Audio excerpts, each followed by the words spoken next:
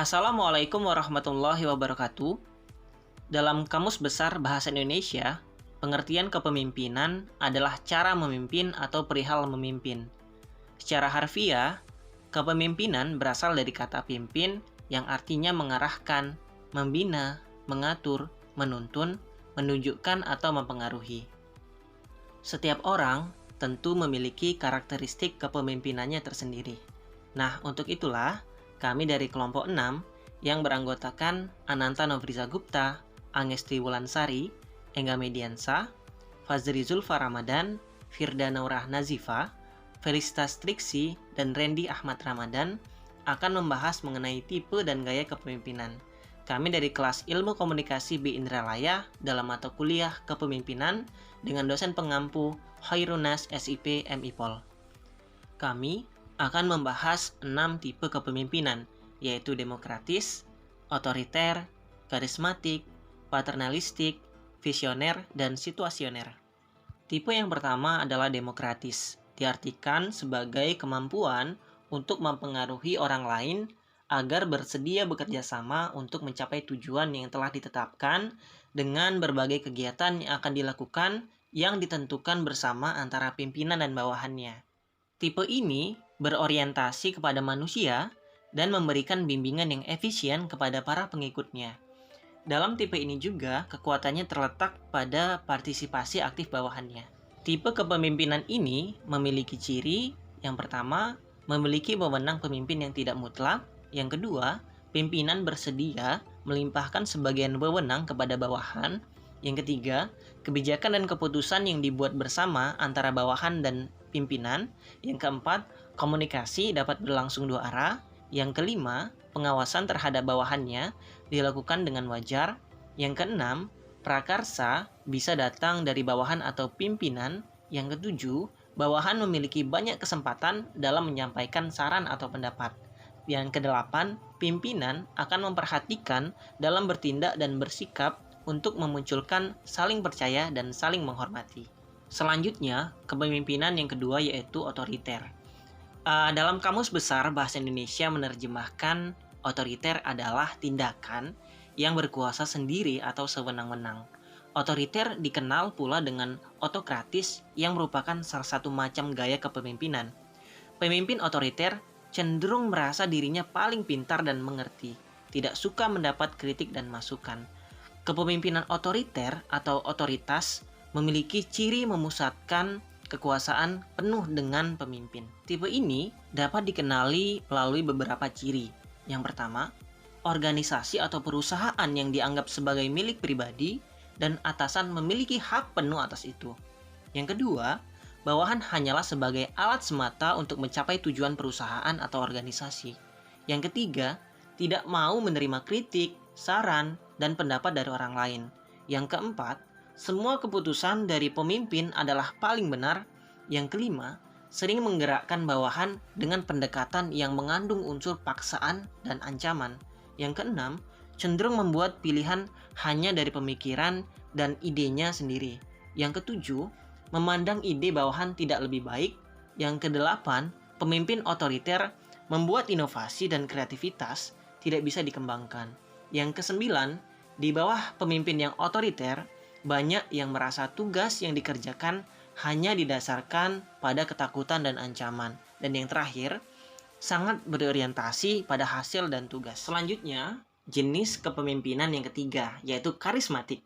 Nah, kepemimpinan tipe karismatik ini dapat dicirikan melalui yang mewujudkan yang pertama, atmosfer motivasi atas dasar kesadaran tujuan yang dan identitas yang kedua, emosional pada mempunyai visi, pendirian dalam keyakinan dan gaya mereka dalam diri mereka sendiri. Nah, yang tujuan dari kepemimpinan ini adalah pribadi untuk membuat perubahan yang positif di dalam kehidupan. Lalu, bagaimana sih contoh perilaku pemimpin yang karismatik? Nah, berikut ada 5 contoh perilaku yang mencerminkan pemimpin itu karismatik atau tidak.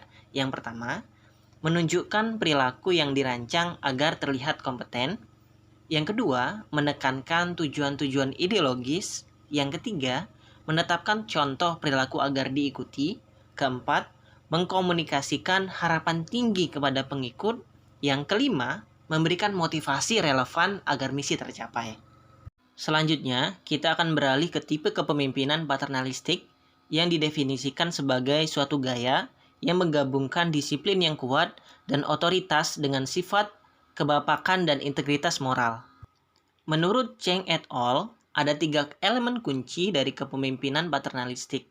Yang pertama, otoritarianisme, kedua, benevolen, dan ketiga, moralitas. Otoriter memungkinkan para pemimpin untuk menuntut otoritas dan kontrol penuh. Benevolen memberikan syarat bahwa pemimpin menunjukkan tingkat perhatian yang luar biasa kepada karyawan layaknya anggota keluarga mereka. Cheng menguraikan 6 sikap di mana para pemimpin menunjukkan moral mereka, antara lain keberanian, kemurahan hati, tidak korupsi, tanggung jawab, adil, dan memimpin dengan memberikan contoh. Selanjutnya, tipe kepemimpinan visioner. Visioner berasal dari kata bahasa Inggris vision atau visionary yang mempunyai makna seseorang yang memiliki spekulasi yang fantastis terhadap kategori tertentu yang mungkin dapat diwujudkannya. Kepemimpinan visioner adalah kepemimpinan yang memiliki visi, berdasarkan dari kata kepemimpinan yang merupakan pengaruh terhadap orang lain. Kepemimpinan adalah mempengaruhi orang lain dan membangun inovasi-inovasi secara langsung di dalam organisasi, sedangkan visioner adalah orang yang memiliki wawasan ke depan. Seorang pemimpin visioner harus bisa menjadi penentu arah, agen perubahan, juru bicara, dan pelatih. Oleh karena itu, seorang pemimpin visioner harus menyusun arah dan secara personal sepakat untuk menyebarkan kepemimpinan visioner ke seluruh organisasi. Yang kedua, memberdayakan para karyawan dalam bertindak untuk mendengar dan mengawasi umpan balik. Yang ketiga, selalu memfokuskan perhatian dalam bentuk organisasi mencapai potensi terbesarnya. Kemudian, tipe yang terakhir yaitu situasional, diartikan sebagai suatu gaya kepemimpinan yang dilakukan berdasarkan situasi yang ada. Ini dilakukan untuk sebagai suatu solusi dalam mengantisipasi perubahan kebutuhan atau keadaan yang dialami oleh anggota organisasi. Kepemimpinan situasional memiliki model-model yang bisa diterapkan tergantung situasi. Di antaranya, yang pertama S1 atau telling direction. Model kepemimpinan ini ditandai dengan perilaku arahan tinggi dan perilaku dukungan rendah.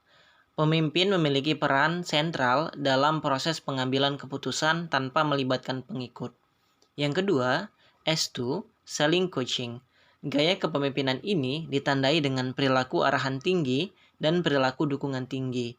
Pemimpin masih bisa memegang peran sentral dalam pengambilan keputusan, namun ia juga memberikan dukungan penuh terhadap anggota tim, membantu membangun kepercayaan diri mereka, dan menyediakan bimbingan dalam menjalankan pekerjaan. Yang ketiga, S3, participating supporting. Gaya kepemimpinan ini ditandai dengan perilaku arahan rendah dan perilaku dukungan tinggi. Pemimpin sedikit memberikan instruksi dan lebih banyak memberikan dukungan dan bantuan kepada anggota tim. Yang terakhir, S4, delegation monitoring. Gaya kepemimpinan ini ditandai dengan perilaku arahan rendah dan perilaku dukungan rendah. Pemimpin tidak lagi melibatkan diri dalam tugas dan tanggung jawab. Baiklah, itu tadi 6 tipe dan gaya kepemimpinan yang ada. Itulah yang dapat kami sampaikan. Kami ucapkan terima kasih. Wassalamualaikum warahmatullahi wabarakatuh.